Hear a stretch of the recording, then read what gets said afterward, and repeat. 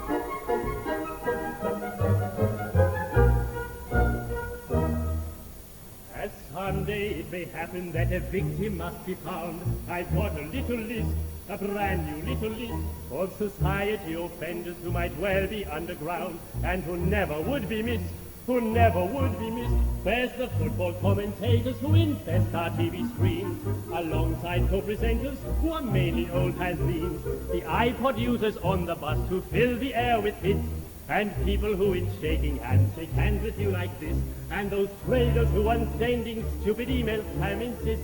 They'd none of them be missed, they'd none of them be missed. He's got them on the list, he's got them on the list, and they none of them be missed, they're none of them be missed. There's the telephonic salesman and the others of his type, the intrusive researchist, I've got him on the list, and government spin doctors who turn out unending hype. They never would be missed, they never would be missed. Then the idiot who lords with undiscriminating pride all soccer teams in England except the national side. The lady up on Hill 16 who curses like a man, not at all the type of person you would find here in Japan. And that singular anomaly, the investment futurist, I don't think he'd be missed. In fact, I'm sure he'd not be missed. He's got them on the list, he's got them on the list, and they none of them be missed, they're none of them be missed. And that all-pervading nuisance who just now is rather rife, the rapping vocalist, I've got him on the list. All boy bands, stand-up funny men, and clowns of private life, they'd none of them be missed, they'd none of them be missed. And self-serving politicians of a compromising kind, such as Mary Whatsit, Brian King, and Mihal Nevermind, and Patton End across the floor, and Bertie, you know who. The task of filling out the blanks I'd rather leave to you, for it doesn't really matter whom you put upon that list, for they'd none of them be missed, they'd none of them be missed. You may put them on the list, you may put them on the list, and they none of them be missed, they're none of them be missed.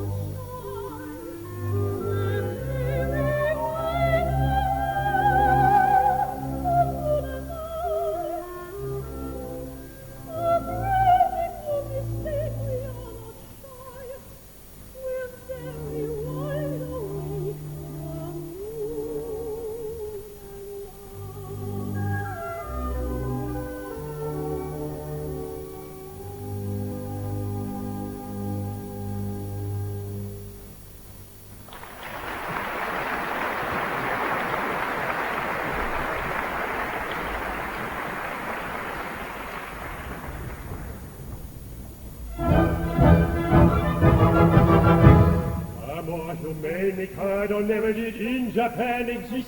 To know for the second, I'm certainly reckoned a true philanthropist. It is my very domain to endeavor to make to some extent each evil liver a running river of harmless merriment. My object all sublime I shall achieve in time, to let the punishment fit the crime, the punishment fit the crime, and make it prisoner pent, unwillingly represent a source of innocent merriment, of innocent merriment. All proceed society sinners who chatter and bleat and bore are sent to hear sermons from mystical Germans who preach from 10 till 4. The amateur tenor whose vocal villainies all desire to church shall during off hours exhibit his powers to madam whose souls wax work. The lady who dyes the chemical yellow or stains her grey hair blues, or pinches her figure, is blackened with vigor in permanent walnut juice. The idiot who in a railway carriage scribbles on window panes will only suffer to ride on a bumper in parliamentary trains. My object all sublime I shall achieve in time, to let the punishment fit the crime, the punishment fit the crime, and make it prisoner then, and willingly represent a source of innocent merriment, of innocent merriment. The object all sublime he will achieve in time, to let the punishment fit the crime, the punishment fit the crime, and make it prisoner then, and willingly represent a source of innocent merriment, of innocent merriment. All advertising quack who queries the tales of countless cures, his teeth I've enacted shall all be extracted by terrified amateurs. The music hall singer attends a series of masses and fugues and ops, by Bach and the Wolf, which fall and Beethoven and classical Monday pops. The billiard sharp whom anyone reckons his doom's extremely hard, are made to dwell in a dungeon cell, on a spot that's always hard, and there he plays extravagant matches in pitiless finger stalls, on a cloth untrue with a twisted view, and elliptical billiard balls. My object all sublime I shall achieve in time, to let the punishment fit the crime, the punishment fit the crime, and make it prisoner pent, and willingly represent a source of innocent merriment, of innocent merriment. The object all sublime he will achieve in time, to let the punishment fit the crime, the punishment fit the crime, and make it prisoner pent, and willingly represent a source of innocent merriment, of innocent merriment.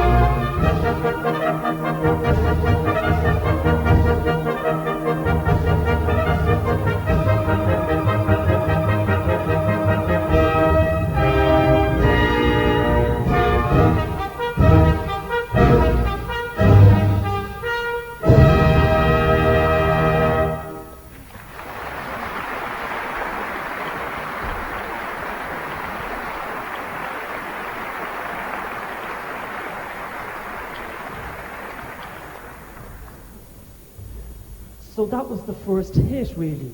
It's 1878, and this was their first big hit. And boy, did it hit. They made a lot of money out of that show.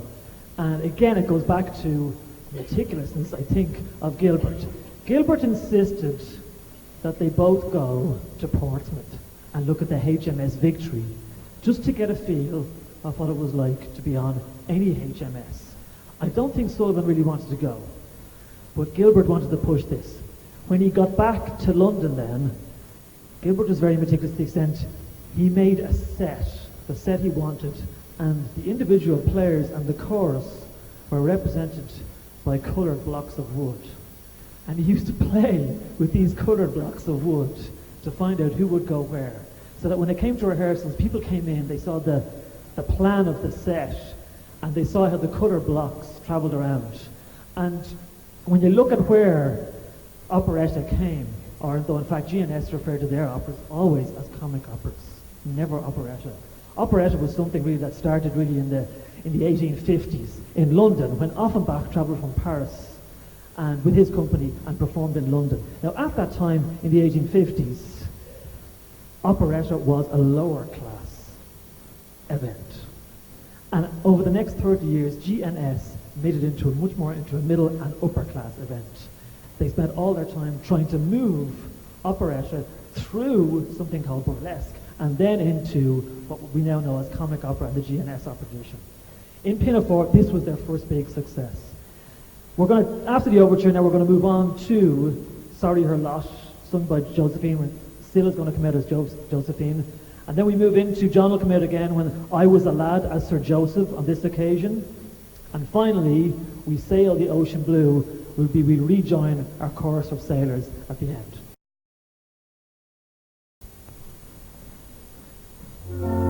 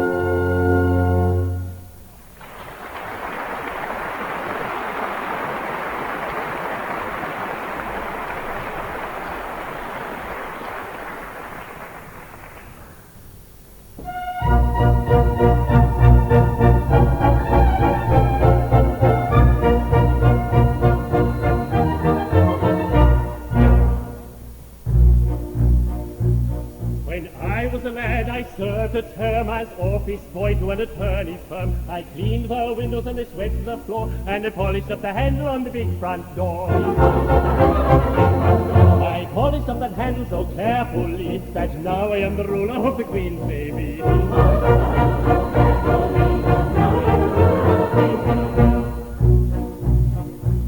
As office boy I made such a mark that they gave me the post of a junior clerk. I served the writs with a smile so bland, and I copied all the letters in a big round hand. I copied all the letters in a hand so great that now I am the ruler of the Queen's baby.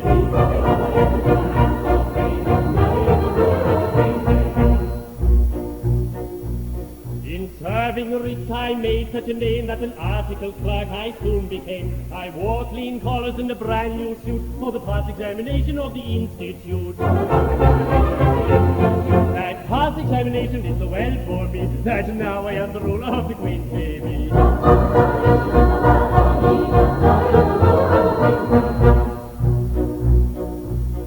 Of legal knowledge I acquired such a grip that they took me into the partnership. That junior partnership, I ween, was the only ship I ever had seen. But that kind of ship so suited me that now I am the ruler of the Queen's baby.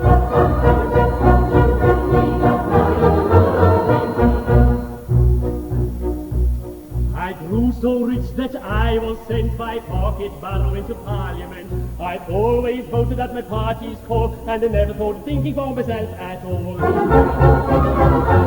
I thought so little they rewarded me by making me the ruler of the Queen's baby.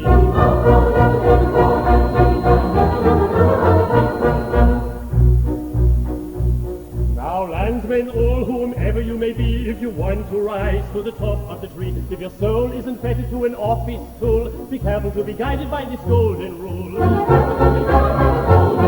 Stick close to your desks and never go to sea, and you all shall be rulers of the Queen's navy.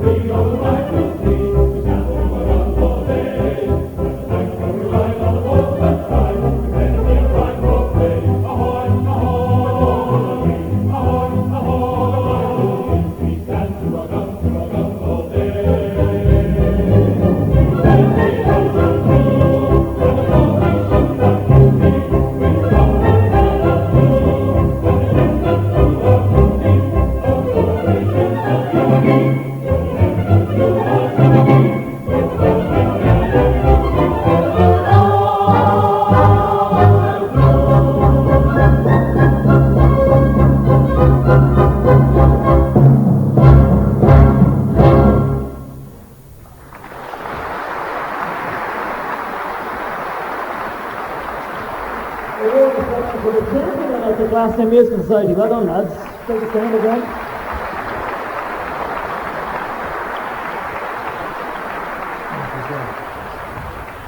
We'll be hearing more of the ladies after the interval. To bring you into the interval, we've two remaining short works from Iolante. And Iolante was written in 1882, and at this stage, the two lads are looking for sort of different sort of plots. And Iolante really is about the fairy world, the fairies, and also the peers. So the peers are the real people, and the fairies are the imaginary people. But Strephon is half of each. He's half fairy, and he's half peer. There's a very confused face down there looking at me wondering what's going on here. So what I think is I'll cut my losses now, and we're going to have John on to sing When All Night Long a Chap Remains. And this is him as a sentry. These are his thoughts in the middle of the night when he's keeping guard. Make of them what you will. And then we'll have the chorus at the end singing about Strephon's a member of Parliament. And he carries every bill he chooses.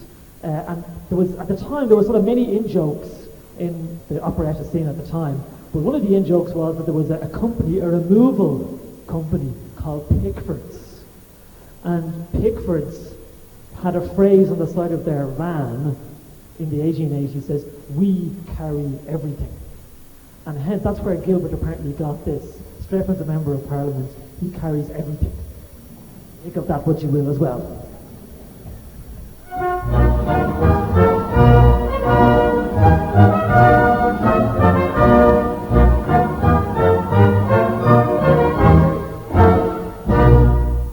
When all night long a chap remains on sentry go to chase monotony, he exercises all his brains, that is, assuming that he's got any. So never nurtured in the lap of luxury that I had promised you. I am an intellectual chap, and think of things that would astonish you. I often think it comical, how nature always does contrive, that every boy and every girl who's born into the world alive is either a little liberal or else a little conservative.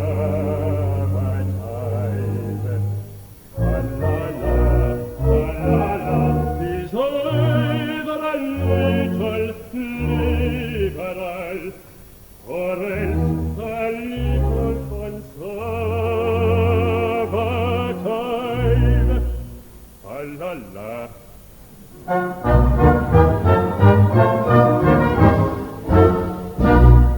When in that house MPs divide, if they've had rain and cerebellum too, they've got to leave their brains outside and vote just as their leaders tell them to.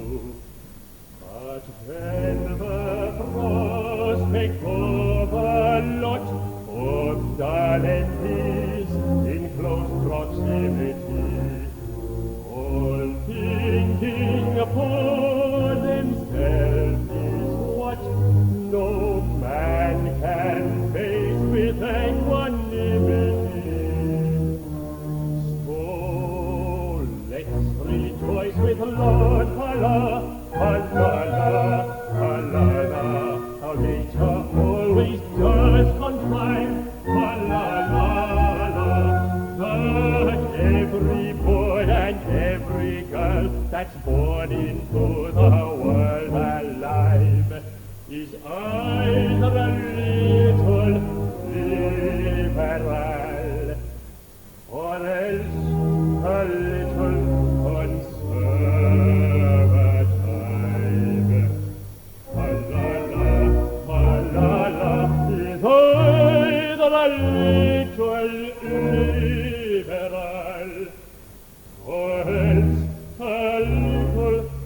conservative.